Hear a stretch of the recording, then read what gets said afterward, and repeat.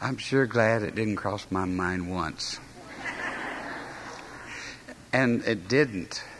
The only thing that happened when my table wasn't in the right place, just as soon as I sat down, I started to say, David, what's my table doing over there? And then I said, oh, no, inside. And then, oh, yes, Brother Helm stepped right out. It is so wonderful. The trip had me thinking, about review. And as we came in last night, so just coming off the trip, I didn't think of it. But isn't it wonderful to have them here tonight? And this is our 16th anniversary. And exactly the day. This is the day exactly that we came. We were with Brother Helm in a meeting in Indiana. I believe it was in Mentone, a night or two before we came down. And then Brother Emery Reese drove the truck behind us, a U-Haul, and we came that little Mercury or Ford Comet, I believe it was, and made our way to this beautiful place. And the first day, I don't think that the carnival's been back anymore, but in the parking lot was a carnival over here. It was a Ferris wheel and some rides. I can remember that. It was very, very hot. And the parsonage had one room that had an air conditioner in it, and that was a very prized room because it was so warm. But it was a wonderful, wonderful feeling coming in after the Lord had told Brother Helm from the phone booth there in Hollywood, Florida, that we were to come. And you asked us to come. There are some left, several in fact, who were here in those early days. And our work started with you because Jesus had witnessed that we should come. And God has blessed so wonderfully. This trip that we just finished, just came in fact, we got in bed about 2 this morning, that this trip was the 25th trip abroad for myself. And up until then, I'd taken every trip with Brother Helm.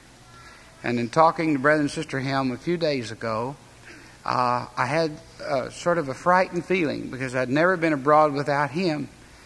And I said, Brother Helm, I've never left the country without you, that is, to travel abroad. We went to Haiti one time to take some funds down for the work there, but it was a couple of days we were down there, but never across the Atlantic Ocean without him. And I had there's a certain feeling I would have. I didn't know how that would be, but almost immediately Brother Helm said, "Now God's leading. He's going to help you abroad." And it helped me. It quieted my soul because I'd simply had never been abroad without him, and I didn't know if we could do that. I just didn't know how it would be. I knew Jesus would help, but I'm a very weak person, and I knew that I was going to have to trust very much on this tour and to meet Malcolm Muggeridge and Lord Caradon, which we did, and to do things the way the Lord would have us to do, to find favor with men and women. But the Lord gave us that and helped us so very wonderfully. So I'm so thankful.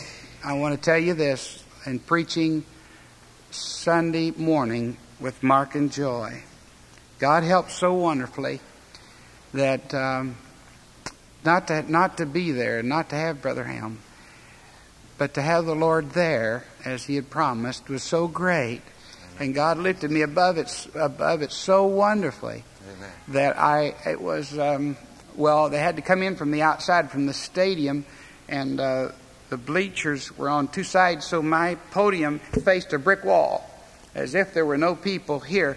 It would all be just right here and here, and a choir behind me. Now that would be jarring to me ordinarily when I'd step into something like that. Besides, a lot of little children ran over the wooden things, and ordinarily that would be a problem. I want you to know that because of Jesus, because of the prayers Amen. Of the people, because of the promise that came through Brother Helm, when I looked at it, it bothered me not at all. Jesus got me clear above it.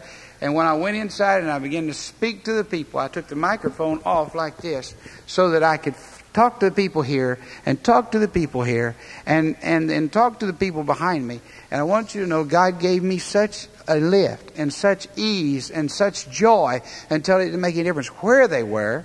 And by God's grace, it didn't make any difference how many children ran over the wooden floors.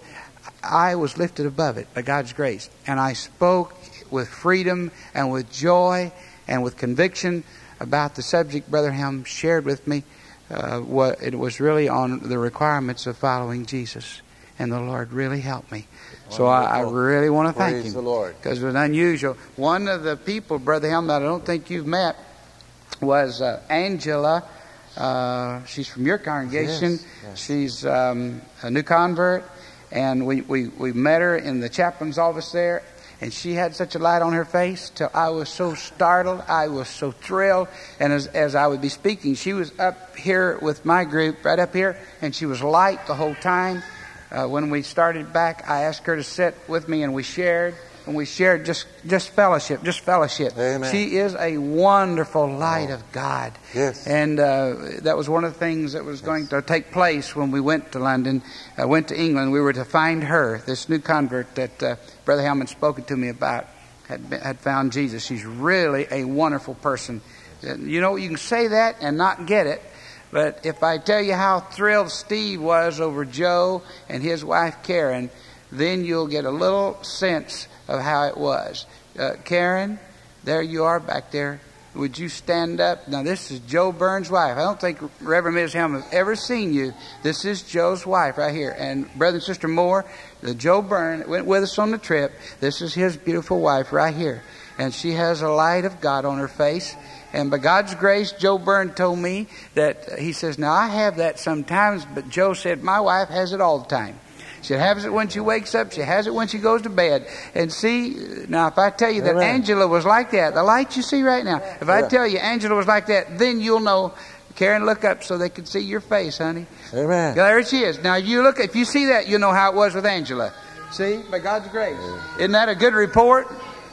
And so glad to have Joe and his wife here with us tonight. Amen. And so thankful that we can review and that we can praise God. Thank you, Jesus. And we can thank Him for what He's done these 16th years. Yes. These 16 years. Tonight begins the 17th year. So that today begins the 17th year that Jesus has given us with you at Scott Depot. And I was really excited about seeing you. And I think it's wonderful that it was kept from my mind that Brother Helm might be traveling. I didn't think of it. Not one time, by God's grace. So, Brother Helm, we're here to obey the Lord and to review the things of God. And how wonderful to have, what an honor it is to have you and Ms. Helm here tonight. I tell you, it is an honor. It is great. I met someone, Brother Helm, that had the light of God on his face, a great personality. And I would like for you to meet this man. But I said, outside of Brother Helm, I think I met the greatest light in Christendom that I ever saw other than E. Stanley Jones. And it was this dear, precious Brother Malcolm Muggeridge. And oh, Brother Helm, I'm telling you, when I asked him what would he have us, he's 82 years old. What, sir? One of the finest minds in all the world, one of the greatest journalists, one of the most heralded of people. He found Mother Teresa for all of Christendom and the world. She went on to win the Nobel Prize. But when I asked him, I said, sir, what would you leave with us as a Christian elder of the church? What would you have us do? We talked about the troubled world and all. He looked at me with clear blue eyes and he said, definitely, simply but profoundly, he said, love Christ, follow Him, take all your problems to Him. He has never failed. And they said a few days ago when William F. Buckley Jr. interviewed him in that same front room, they said that when he spoke like that, it was hard for William to understand what he was saying, because he's a very creedal Catholic, a very fine religious person, but he couldn't quite interpret what he was saying. But I thought it was so wonderful that he didn't dress it up. It was simple. It was profound. Amen. And that's what he wanted. That's the legacy that he wanted to leave with us. Love Christ. Oh, follow Him. Amen. Take all your problems to Him. He has never failed. That's one of the greatest men in all the world said today. One of the most known men said today, just a few days ago. So I bring that message back from Malcolm Muggeridge himself. Praise the Lord. We will share as the Holy Spirit helps us to. Again, so good, brothers and sisters, more to have you here tonight. We're so highly honored that you should come and be with us. And we'll just trust the Lord to help us in the service. I'm going to ask you something. Do you like my red coat?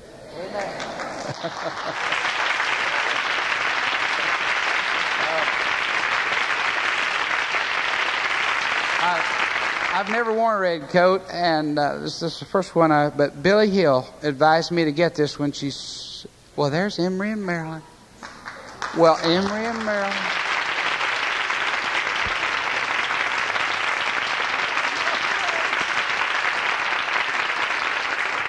Why, brother, I just said about you driving me in that day, Barbara and I leading the way, and here you are.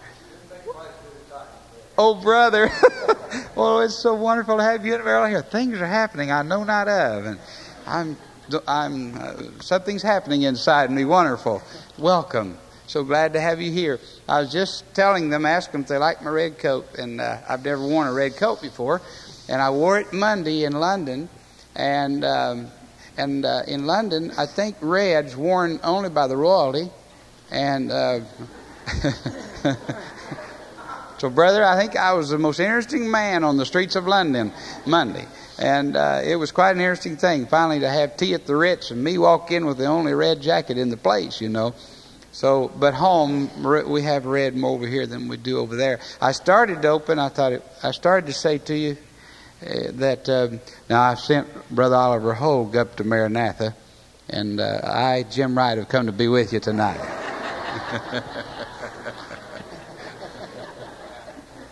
Jim, he wears red. Praise the Lord.